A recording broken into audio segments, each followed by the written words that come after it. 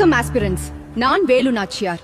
இந்தியாவில் British colony ஆதிக்கத்தை எதிர்த்து போரிட்டு வெற்றி பெற்ற முதல் இந்திய பெண்ணரசி நான். எனது காலம் 1730 ஆண்டு முதல் 1796 ஆண்டு வரை வாழ்ந்தேன். எனது பெற்றோர் ராமநாதபுரம் அரசர் செல்லமுத்து சேதுபதி மற்றும் தாயார் சக்கந்தி முத்தத்தாள் அவர்களுக்கு ஒரே மகளாய் பிறந்தேன். நான் குதிரை ஏற்றும், வில்வித்தை, சிலம்பம், வளரி போன்ற தற்காப்பு கலைகளிலும் போர்க்கருவிகளை கையாள்வதிலும் சிறப்பு திறன் பெற்றிருந்தேன்.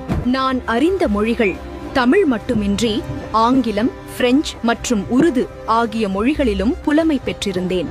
நான் எனது 16வது வயதில் சிவகங்கை மன்னரான முத்து வடுகநாதரை மணந்து வெள்ளச்சி நாச்சியார் என்ற மகளை பெற்றெடுத்தேன். பிறகு 1772 ஆண்டு ஆற்காடு நவாபும் லெப்டினன்ட் கர்னல் பெஞ்சோர் தலைமையிலான பிரிட்டிஷ் படைகள் இணைந்து காளையார் கோவில் அரண்மனையை தாக்கினர்.